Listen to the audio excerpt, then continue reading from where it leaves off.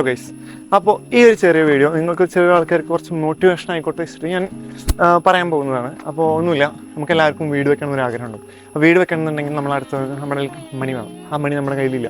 അപ്പോൾ നമ്മുടെ കയ്യിലില്ലാത്തതുകൊണ്ട് നമ്മളൊരു സാലറിഡ് പേഴ്സൺ അല്ലെങ്കിൽ ഒരു ഇൻകം വരുന്ന ഒരാളാണെങ്കിൽ തന്നെ നമുക്ക് ലോൺ അപേക്ഷിക്കാം. അപ്പോൾ കുറേ ബാങ്കുകളുണ്ട്, നമുക്ക് പല ബാങ്കുകളിൽ പല ഇൻട്രസ്റ്റ് റേറ്റിൽ നമുക്ക് ലോൺ കിട്ടും.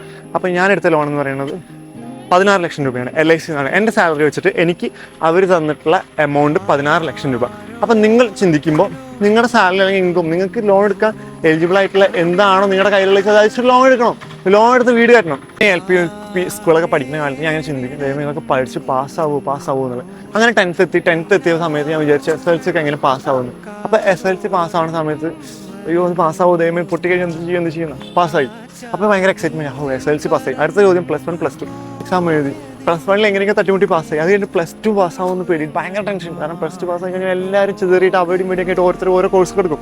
അതും പാസ്സായി. അപ്പോൾ അടുത്തത് നമുക്ക് BCom ചേർന്നാലും കുറേ പേര് പറഞ്ഞു എന്നാൽ BCom ചേരാം. നമുക്ക് അന്നൊന്നും അറിയില്ല എന്ത് എടുക്കണം എന്നുള്ള അത്രയും സാമ്പത്തിക സ്ഥിതിയില്ല. അങ്ങനെ BCom എടുത്തു. എല്ലാ സെമ്മിലും സപ്ലി പഠിച്ചിട്ട് അങ്ങനെ 5 കൊല്ലം ഞാൻ BCom പാസ്സായി. അപ്പോഴെന്നെ ചിന്ത ദൈവം ഇത് പാസ്സായി കഴിഞ്ഞാൽ ജോലി കിട്ടുമെന്ന്. അപ്പോൾ 10th പാസ്സാവും എന്നുള്ള ചിന്ത 10 പാസ്സായി. +2 പാസ്സാവുന്ന +2 പാസ്സായി. പിന്നെ ഡിഗ്രി പാസ്സാവുന്ന ഡിഗ്രിയും പാസ്സായി. അടുത്ത അയ്യോ ഇതൊക്കെ പാസ്സായിട്ട് നല്ലൊരു ജോലി കിട്ടുമെന്നുള്ളത്. ആ ജോലി കിട്ടുമെന്ന് ഞാൻ വെച്ചിട്ട് ജോലി കിട്ടി. ഇപ്പോൾ പറയാൻ വന്നതെന്ന് വെച്ച് കഴിഞ്ഞാൽ നമ്മൾ ടെൻഷൻ അടിച്ചിട്ട് കാര്യമില്ല. നമ്മളെല്ലാം നടന്നുകൊണ്ടേയിരിക്കും. നമ്മൾ അതിനായിട്ട് ഒന്ന് പ്രിപ്പയർ ചെയ്യോ ഇതൊക്കെ നമ്മളൊന്ന് ജസ്റ്റ് ഒന്നിങ്ങനെ താങ്ങി കൊടുത്താൽ മതി, ഓട്ടോമാറ്റിക് ഒക്കെ നടന്നുകൊണ്ടിരിക്കും. അപ്പോൾ നിങ്ങൾക്കൊരു ടെൻഷൻ വേണ്ട, എല്ലാം നടക്കേണ്ട കാര്യങ്ങളൊക്കെ നടന്നുകൊണ്ടേയിരിക്കും.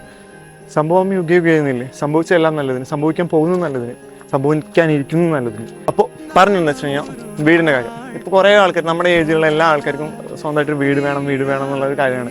അപ്പോൾ നിങ്ങൾ വീട് പണിക്കൽ തുടങ്ങുക, ലോൺ എടുക്കാൻ പറ്റിയ ലോൺ എടുത്ത് തുടങ്ങുക, ബാക്കി വഴിയെ അങ്ങോട്ട് വന്നോളും അങ്ങനെ.